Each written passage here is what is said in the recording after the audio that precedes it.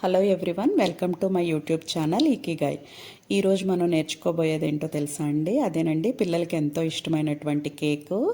ఇక్కడ నేను మైదాకి బదులుగా గోధుమ పిండిని యూస్ చేసి కేక్ తయారు చేయటం ఎలాగో చూపిస్తానండి. దీనికి కావాల్సిన ఇంగ్రీడియంట్స్ ఏంటో చూసేద్దాము.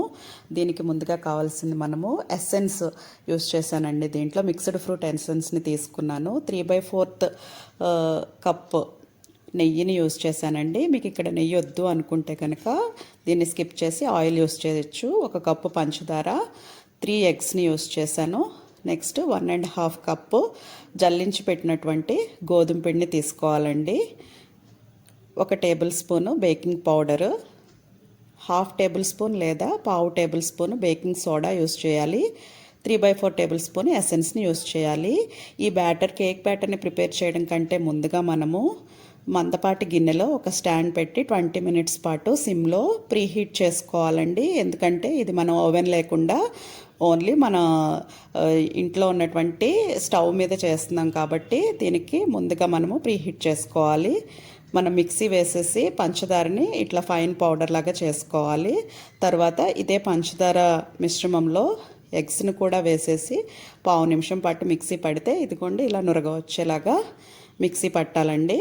తర్వాత ఆల్రెడీ జల్లించి పెట్టినటువంటి గోధుమ పిండిని దీంట్లో వేసి బాగా మిక్సీ పట్టాలి. ఇదిగోండి మిక్సీ పడితే ఈ వీడియోలో చూపిస్తున్నట్టుగా బ్యాటర్ అనేది ఇలా వస్తుందండి. ఈ కన్సిస్టెన్సీ ఉండాలి. 1/2 నిమిషం పాటు మిక్సీ పడితే సరిపోతుంది. దీంట్లో 1 టేబుల్ స్పూను బేకింగ్ పౌడర్ వేస్తున్నానండి. ఈ బేకింగ్ పౌడర్ వేసిన తర్వాత 1/2 టేబుల్ స్పూన్ కానీ లేదా 1/2 టేబుల్ స్పూన్ అయినా కానీ మనము బేకింగ్ సోడాని వేసుకోవచ్చు. 3/4 table spoon mixed fruit essence వేస్తున్నాను. ఇంకా మిగిలిన ఇంగ్రీడియంట్ మనము ఆయిల్ లేదా నెయ్యిని వేసి బాగా 1/2 మినిట్ పాటు మొత్తం ఈ బ్యాటర్ అంతా కూడా మిక్స్ అయ్యేలాగా మిక్సీ పట్టాలండి. మిక్సీ పట్టిన తర్వాత దీన్ని మనము ఈ బ్యాటర్ మొత్తాన్ని కూడా ఒక స్టీల్ లేదా అల్యూమినియం గిన్నెలోకి ఆల్రెడీ డస్టింగ్ చేసి ఉంచినటువంటి గిన్నెలోకి ఈ బ్యాటర్ మొత్తాన్ని షిఫ్ట్ చేసేసి 3 to 4 టైమ్స్ బాగా ట్యాప్ చేయాలి. ఇలా ట్యాప్ చేయడం ద్వారా ఏంటంటే ఏదైనా కానీ ఎయిర్ గ్యాప్స్ ఎలాంటివి ఏమన్నా ఉన్నా కూడా ఆ ఎయిర్ గ్యాప్స్ అనేవి మొత్తం పోయి కేక్ అనేది ఈవెన్గా వస్తుందన్నమాట.